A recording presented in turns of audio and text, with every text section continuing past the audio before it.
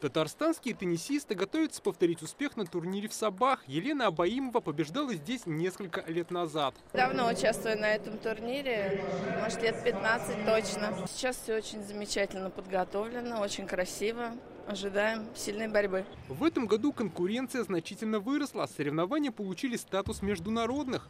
Вместе с россиянами свое мастерство покажут спортсмены из Китая, Таджикистана, Беларуси. Многие из них уже были в Казани, а вот в богатых Сабах впервые. Снега много, да, но так, да, очень интересно. Конечно, первое место занять хотелось бы, но так хорошо выступить. Соревнования посвящены памяти Нургали Миниханова, заслуженного лесовода РСФСР и ТССР, кавалеров орденов «Знак почета» и Октябрьской революции. На церемонию приехала большая семья Минихановых. Хотел бы поприветствовать наших гостей из рубежа, спортсменов из регионов Российской Федерации, и, конечно же, из наших муниципалитетов, татарстанцев, с проведением вот этого турнира, который уже проводится 22 года подряд.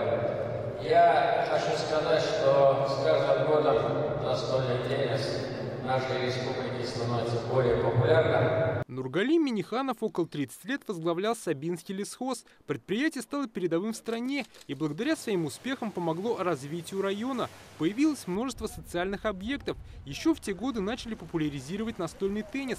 Сегодня Рустам Миниханов посетил районную библиотеку. Ее построили в 1964 году, а в минувшем реконструировали. Я преклоняюсь перед этим человеком, перед Нургали Минихановым. Конечно же, мы это еще более будем развивать. И пусть он всегда остается в наших сердцах. Сегодня в Саба-арене большое внимание было приковано к девушкам. Их поздравили с праздником и подарили цветы. Многие 8 марта еще ни разу не соревновались. Впечатления очень такие классные. То есть и тут получается и праздник. Конечно, надо собраться и как бы показать свою игру. За теннисными столами развернулось множество соревнований. Это женские и мужские турниры сильнейших, состязания между районами республики, одиночные, парные и смешанные поединки. Ну, у женщин я вам сказал, что все сильнейшие, в том числе и чемпионка России здесь тоже. Ну, вот у мужчин тоже есть и чемпион России, и в том числе 3 спортсмена из первой десятки России.